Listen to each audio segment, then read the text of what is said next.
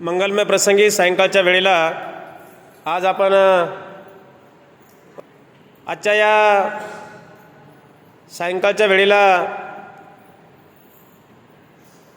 ऐतिहासिक बाबासाहेबांच्या या जन्मभूमीमध्ये आपण आपल्या धम्मसहलीचा समारोप करत आहोत। खरं तर आम्ही प्रत्येक वेळेस भाऊंचा आम्ही शॉल वगैरे देऊन, पुस्तक देऊन, फुलहार देऊन आम्ही सत्कार करत असतोय। आज घाईघाईमध्ये प्रवासामध्ये असताना आपल्याकडून आज काहीच त्यांना घेता आलं नाही, तरी परंतु गेल्या 26 ऑक्टोबरपासून ते आजपर्यंत आणि आमच्या प्रत्येक धम्मसहलीला अगदी लोकांना व्यवस्थित घेऊन जाणं। काही काही ठिकाणचे आम्ही ड्रायव्हर बघतोय की गाड्या अशा कुदवतात, ब्रेक मारतात, काय काय रस्त्याने नाटकं करतात, आहे की नाही। परंतु भाऊचा स्वभाव असा आहे की रात्रभर जरी गाडी चालवली तरी ते कधी गाडी रस्त्यावर उभं करून चेहऱ्याला पाणी मारणार नाही। कधी रात्रीला गाडी कुठंतरी उभी करून मी 5 मिनटं झोप घेतो का, थोडा थांबावं लागते का, पेट्रोल पंपावर मी गाडी लावतो 10 मिनटं झोपतो, असा प्रकार नाही। किंवा रस्त्यामध्ये वेळोवेळी चहा घेऊन मला आता लई झोप येऊ लागली, मला झोपेची गुंगी आली, मला आता झोपावं लागते म्हणून मला आता चहा घेणं गरजेचं आहे, अशा प्रकारचा कुठल्याही प्रकारचा ते भाव आणत नाहीत। असे आपला सर्वांना अतिशय सांभाळून घरापासून ते पूर्ण धम्मसहलीमध्ये एवढ्या मोठ्या शहरामध्ये मोठमोठ्या सिट्यामध्ये आणि रस्ता 5 किलोमीटरसुद्धा रस्ता हुकत नाहीत ते, आहे की नाही। अगदी आपणा सर्वांचा जीव त्यांच्या हातामध्ये आहे की नाही। आपण नेपाळमध्ये होतो, आपण बॉर्डरला होतो आणि काही अंतरावर फक्त 100-150 किलोमीटरवरती मोठा भूकंप झाला, मोठमोठाले घरं पडले, बिल्डिंगा पडल्या, जवळपास तिथे 500-700 लोक मेले, वारलेत लक्षामध्ये।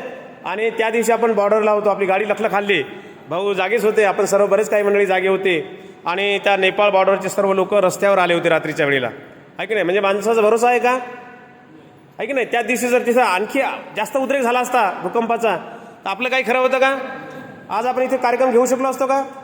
माणसाच्या जीवनाचा हा बुडबुडा कधी केव्हा कसा फुटेल सांगता येत नाही, परंतु तोही बुडबुडा फुटताना माणसाच्या कर्तृत्वावर अवलंबून असते, कर्मावर अवलंबून असते। कर्म चांगले तर माणसाला काही होणार नाही, पण आपले कर्म जर वाईट असेल ना तर कुठे चालता बोलता कार्यक्रम, आहे की नाही।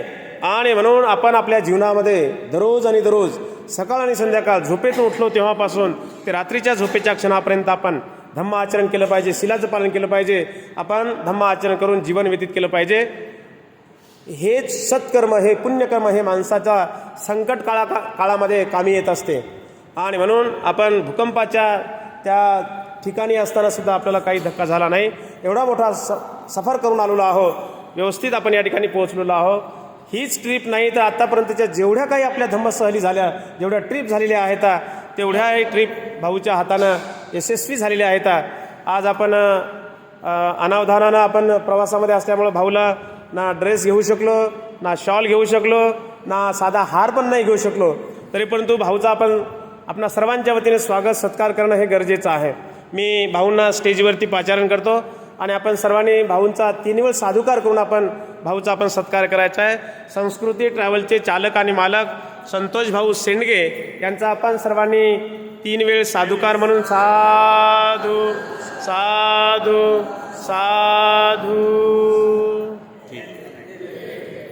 सर्व धम्मसहलीतील उपासकांच्या वतीने भाऊंचा आपण साधुकार देऊन भाऊंचा सत्कार केलेला आहे। या ठिकाणचा जो काही कार्यक्रम होईल, प्रत्येकांचा सत्कार होईल, भिक्षूंचा सत्कार होईल अलक्षामध्ये, तेव्हा सर्वांचा सत्कार झाल्यानंतर भाऊंचा आपण प्रिय सज्जनांनो, आपला धम्मसहलीतील प्रत्येक उपासकांचा आपण या ठिकाणी सत्कार, गौरव, सन्मानपत्र देऊन आपण गौरव करणार आहोत।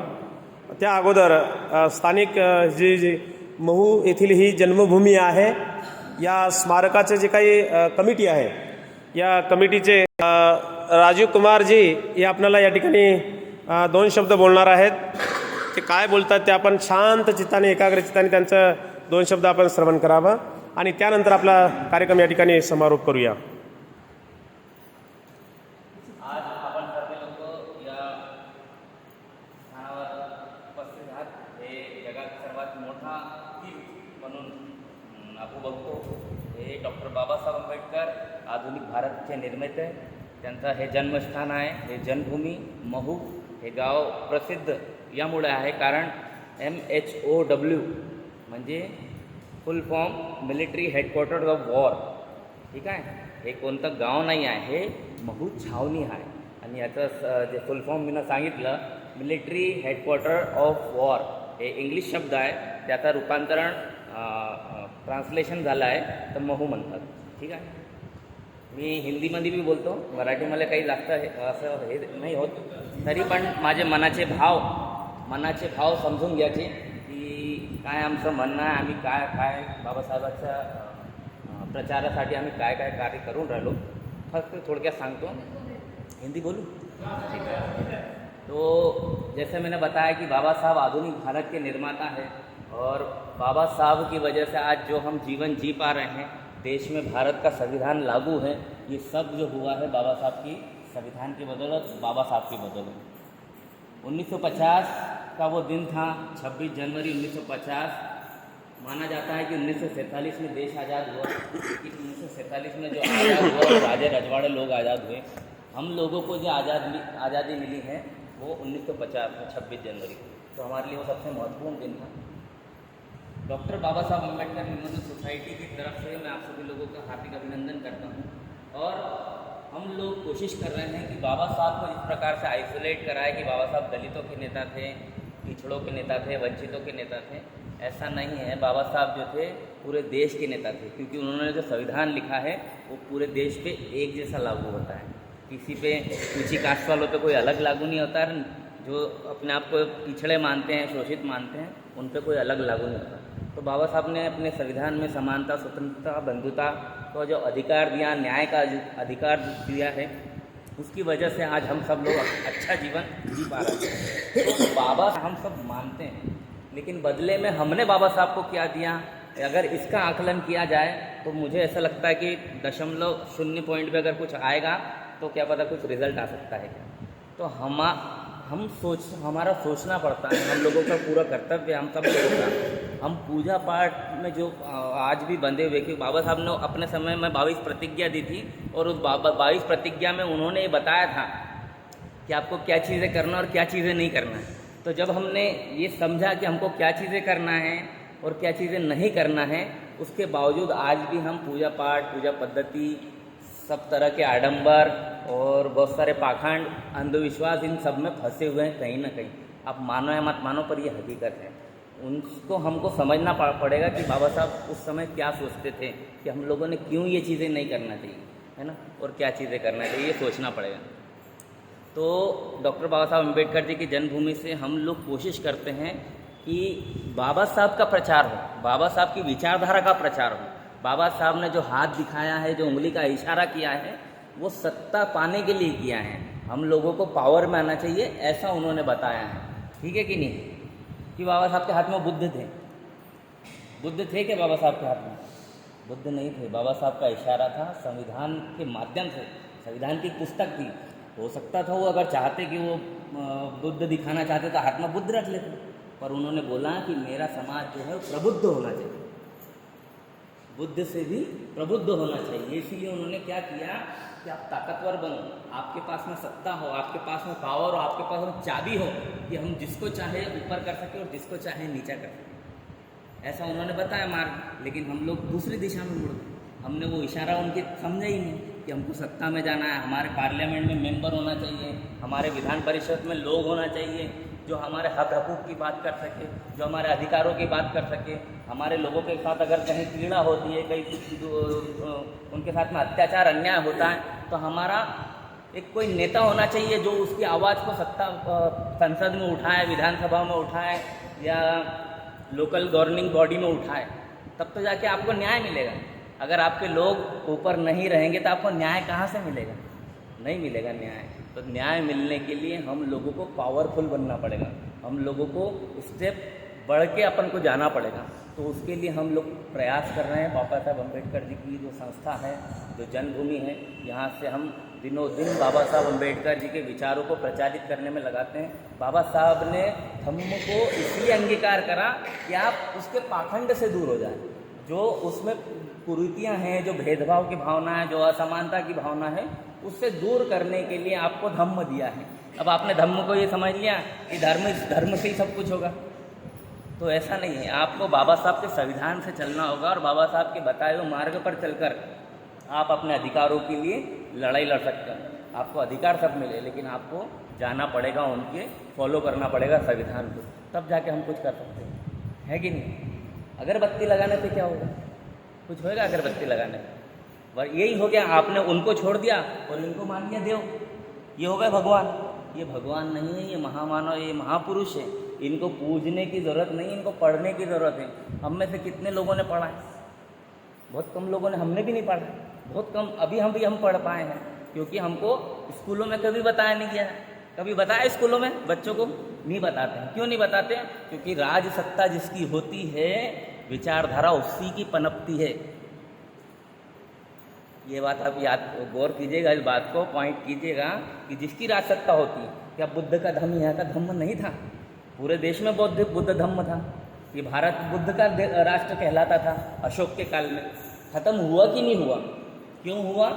क्योंकि सत्ता पे जो दूसरे लोग आए, उन्होंने बौद्ध धर्म का नाश कर दिया। तो हम लोगों को क्या करना है? हम लोगों को सत्तासीन होना है, सत्ता में आना है, हम लोगों को पावर में आना है, राजनीति में आना है। तब तो जाके हम, अब आप बोलेंगे कि राजनीति तो बुरी चीज़ है, राजनीति नहीं करना चाहिए। आपको वोट का अधिकार दिया बाबा साहब, इसीलिए दिया, और आप बोलते हैं उनको राजनीति नहीं करनी। जो व्यक्ति वोट डालता है वो ऑटोमेटिकली राजनीति करता है, क्योंकि वो ये समझता है, वो ये जानता है, वो ये कोशिश करता है कि मुझे किसको देना है, किसको नहीं देना है। क्या राजनीति नहीं है? राजनीति है। तो हमको खुल के राजनीति करना चाहिए, अच्छी राजनीति करना चाहिए, और बाबा साहब के सपनों को साकार करना चाहिए, ऐसा हमारा मानना पड़ता है। और अगर हम सत्ता में आएंगे, अगर हमारे पावरफुल लोग बनेंगे, तो कहीं ना कहीं हमारे समाज के दबे कुचले लोगों का हाथ उठाकर उनको बाहर खींचेंगे, उनको बाहर निकालेंगे। आज हमारे समाज में, उस समय बाबा साहब ने कहा था 1956 में, 56 से भी पहले, 56 के आसपास कहा था आगरा के भाषण में, कि मुझे मेरे समाज के पढ़े लिखे लोगों ने धोखा दिया है। क्यों बोला उन्होंने? कितनी पीड़ा, वो रोए थे उस समय, आगरा में भाषण देते हुए रोए थे वो, कि मुझे मेरे समाज के पढ़े लिखे लोगों ने धोखा दिया है। तो वो वाजिब था, उनका कहना सही था, क्योंकि उनको ये लगा था, उन सब लोगों को ये लग गया कि अब हमको तो नौकरी मिल गई, अब हमको अधिकार मिल गया है, तो अब हम हमारे बीवी बच्चे और टीवी में मस्त हो जाएंगे। ये हुआ है, तो उसकी वजह से बाबा साहब नाराज थे। जबकि उनका काम था, जो लोग उस समय के थे, उन लोगों का काम था कि एक अकेले बाबा साहब ने हजारों लाखों करोड़ों लोगों को उस दलदल से बाहर निकाला है। तो बाबा साहब ने जिन लोगों को अधिकार दिए, जिन लोगों को हक अधिकार दिए, वो कितने लोगों को आगे ले जा सकते थे, पर उन्होंने अपने घर की परवाह करी, अपनी चिंता करी। पड़ोसी तक को नहीं बोला कि अम्बेडकर कौन है, तेरे को अधिकार दिए। पड़ोसी को अगर अधिकार मिले तो अम्बेडकर की बदौलत मिले। वो जो बुद्धिस्ट हैं, जो महार थे, जो अम्बेडकर के लोग थे, उन्होंने केवल उन्हीं के बीच में एक दायरा बना लिया और उन्हीं को बताते गए की अम्बेडकर कोण आहे. मी तुम्हाला सांगतो, तुम्ही मला सांगा. हे झालं. पण गरज जो है, जो आवश्यकता जो है, हमको दूसरे लोगों को, जो लोग बाबा साहब के संविधान की वजह से, बाबा साहब के दिए हुए आरक्षण की वजह से, या बाबा साहब के किसी भी काम की वजह से आज अगर पढ़ पा रहा है, जी पा रहा है, लिख पा रहा है, अच्छे कपड़े पहन पा रहा है, उन सब का कर्तव्य बनता है कि वो बाबा साहब को समझे और बाबा साहब के विचारों को फॉलो करें. आप 10% पढ़ लोगे, बाबा साहब को 20% पढ़ लोगे ना, आप ऑटोमेटिक बुद्ध के रास्ते पे चलने लग जाओगे. हमको ज़रूरत ही नहीं बुद्ध को बताने की, हमको ज़रूरत है बाबा साहब को पढ़ाने की. अपने बच्चों को बाबा साहब बताना चाहिए हमको कि बाबा साहब ने क्या किया. बुद्ध को बता, बुद्ध ऑटोमेटिकली, बाबा साहब ने भी ये एक पूरा स्टेप रहता है कि हमको कैसे कैसे इसको फॉलो करना है. आप बाबा साहब को पढ़ाइए. बाबा साहब जब पढ़ लेगा ना व्यक्ति, ऑटोमेटिक बुद्धिज़्म की राह पर चलेगा. मैं बता रहा हूँ, गारंटी दे रहा हूँ. हम लोग यहाँ पे प्रयोग कर रहे हैं. आसपास के गांव में वो लोगों को मालूम नहीं है. SC ST के जो लोग हैं, जो आप जैसे लोग हैं, उनको ही नहीं मालूम है कि बाबा साहब कौन है. आप 7 किलोमीटर दूर जाओगे, 8 किलोमीटर दूर जाओगे भंते जी, तो लोगों को पता नहीं कि अम्बेडकर कौन है, जन्मभूमि कहाँ है।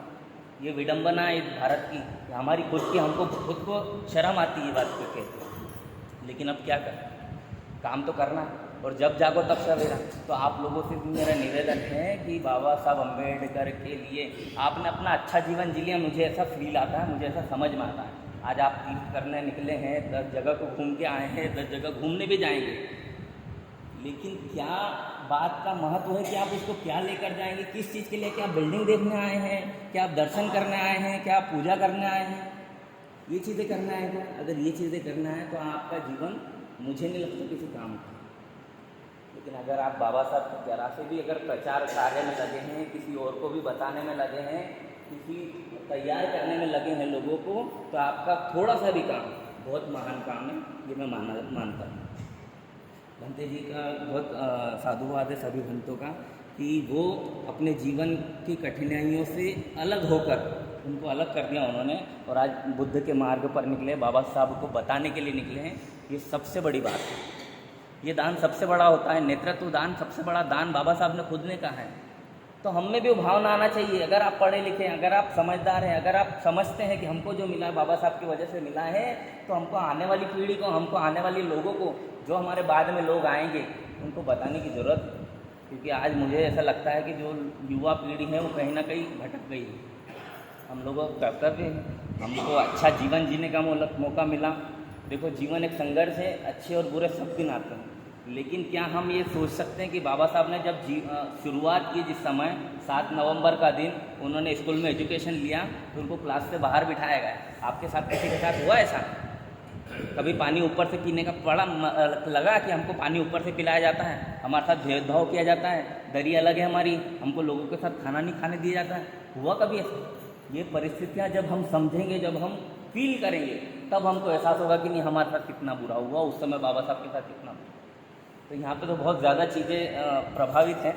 हम लोग कोशिश कर रहे हैं बाबा साहब अम्बेडकर मेमोरियल सोसाइटी के माध्यम से, हमारे सचिव राजेश वानखेड़े जी के नेतृत्व में, पूजनीय भंते सुमेध बोधी जी के नेतृत्व में हम लगातार कोशिश कर रहे हैं कि यहाँ पे बहुत सारे लोग, मराठी भाषी लोग कम हैं यहाँ, अपने लोगों की संख्या कम है यहाँ, बाबा साहब और तथागत को मानने वाले लोगों की संख्या कम है, लेकिन हमारा काम है कि हम बताएं। और बाबा साहब का संविधान बोलो या तथागत का पंचशील बोलो, ये सब लोगों के कल्याण के लिए है। तो ये इसको बताया जा सकता है। आपको कॉलर ऊँची करके बताना चाहिए कि बाबा साहब देश के सबसे बड़े विद्वान हैं, दुनिया के सबसे बड़े विद्वान हैं। अर्थशास्त्र में पंडित व्यक्ति, नोबेल पुरस्कार, विश्व का सबसे बड़ा पुरस्कार होता है नोबेल पुरस्कार, वो पंडित व्यक्ति भारत का, वो बोलता है कि अर्थशास्त्र में बाबा साहब मेरे पिता हैं। मालूम है किसी को? फिर कैसे होगा ये, कैसे मालूम पड़ेगा और कैसे हम लोग बताएंगे? जब तक हम खुद नहीं पढ़ेंगे, जब तक हम खुद नहीं जानेंगे। हमको इस जो जंजाल है, जिस जाल बना है ना, उसमें से बाहर निकलना पड़ेगा। 24 आवर्स यानी 24 घंटे हमको बाबा साहब और तथागत को सोचना पड़ेगा, तब जाके हम कुछ कर पाएंगे। तो हम लोग प्रयासरत हैं बाबा साहब अम्बेडकर मेमोरियल सोसाइटी के माध्यम से। आज पास हमने 10 सेंटर ऑफ एजुकेशन के खोले हैं, जिसके माध्यम से हम बाबा साहब को, बच्चों को 13 से लेकर 20 साल के बच्चे, 13 साल का बच्चा जो होता है वो बोलता है, समझता है, सीखता है और क्रियाएं करता है। जब बच्चा बोलने लगता है, समझने लगता है ना, तो अगर घर में अच्छा माहौल मिला, जैसे डॉक्टर का बेटा डॉक्टर बनता है, इंजीनियर बनता है, IAS IPS कब बन जाता है? क्यों बनता है? क्योंकि उसके घर का माहौल अच्छा, उसके स्कूल का माहौल अच्छा, उसके आसपास गली मोहल्ले का माहौल अच्छा। और हमारी मजदूर का बेटा क्यों नहीं बन पाता, मजदूर की बेटी क्यों नहीं बन पाती? क्योंकि उसको अच्छा माहौल नहीं मिल पाता। माँ बाप को पता नहीं होता पढ़ाना क्या है, बच्चों को पता नहीं होता पढ़ना क्या है। सरकारी गवर्नमेंट स्कूल में, जिस स्कूल में बच्चे जाते हैं, वहाँ पर उन पर कोई ज़्यादा ध्यान नहीं दिया जाता। आसपास के मोहल्ले में नशा लोग करते हैं, व्यसन लोग करते हैं। तो ऐसी स्थितियों में कैसे कोई उभर पाएगा? तो उसको माहौल अच्छा मिलना चाहिए। हम सोसाइटी के माध्यम से, समिति के माध्यम से प्रयास कर रहे हैं आसपास के गाँवों में बाबा साहब की जन्मभूमि के माध्यम से केंद्र खोलकर जगह जगह पर, अभी हमारे 10 सेंटर हमारे संचालित हैं, ऐसी जगहों पर जाकर जहाँ वंचित समाज के लोग रहते हैं उनके बीच में सेंटर ओपन करना, वहाँ बच्चों को एजुकेट करना, साथ साथ बाबा साहब का सब कुछ जो है वो लिखा हुआ है, तो वो सब पढ़ाना, उनको माइंड डेवलपमेंट करना, उनका समग्र विकास करना और पैरेलल बाबा साहब दिखाना, बहुजन महामानव बताना कि उन्होंने क्या हमारे लिए किया है। ये काम संस्था कर रही है और यहाँ पर हम लोग कोशिश करते हैं कि जो दान आप लोग करते हैं, ये संस्था और ये स्मारक का संचालन उस दान से ही होता है। जो भी दान होता है उस दान को हम यूटिलाइज करते हैं ऐसे ही कामों में बाबा साहब को प्रचार करने के काम। अभी 7 नवंबर का हमने कार्यक्रम किया, बड़ा कार्यक्रम किया 200 जिलों में पूरे देश भर में। महाराष्ट्र में विद्यार्थी दिवस मनाया जाता है 7 तारीख को, दूसरे राज्यों में नहीं मनाया जाता है। हैदराबाद, तेलंगाना, गुजरात, दिल्ली, छत्तीसगढ़, हरियाणा इधर नहीं मनाया जाता। हमने अप्रोच किया, हमने बोला, जगह जगह पर संपर्क किया, उनको बोला सब लोगों को जो लोग यहाँ आते हैं कि आप लोग 7 नवंबर को विद्यार्थी दिवस मनाइए। लगभग 200 के ज़िलों को हमने कवर किया। पता चला कि 160 से 70 ज़िलों में ये कार्यक्रम हुआ है और हमने यहाँ पर बड़ा इवेंट यहाँ पे जन्मभूमि के सामने किया था। अगर आप लोगों के भंते जी का नंबर है तो भंते जी को लिंक भेजूँगा, भंते जी सब लोगों को लिंक भेज देंगे, है ना, मैं ऐसा करूँगा। विकास दिव्य कीर्ति, डॉक्टर विकास दिव्य कीर्ति बड़ा नाम है, आप लोग देखेंगे तो पहचान लेंगे। वो यहाँ पर आए थे, IAS शेखर, समान शेखर जो यहाँ के आयुक्त थे, कमिश्नर थे, वो यहाँ पे आए थे उस कार्यक्रम को सुनने और उसमें स्पीच देने के लिए। हम लोग प्रयासरत कर रहे हैं, हम हमारे हिस्से का काम कर रहे हैं, आप आपके हिस्से का कीजिए। और अगर आपको भी लगता है कि हम अच्छा काम कर रहे हैं तो आप लोग यहाँ पर डोनेट कर सकते हैं। हम लोग यहाँ से रसीद भी देते हैं, तो उस पर आप लोग कर सकते हैं। और अगर आपको लगता है कि हम अच्छा काम कर रहे हैं तो सपोर्ट कीजिएगा। धन्यवाद। जय भीम, नमो बुद्धाय। साधु साधु साधु।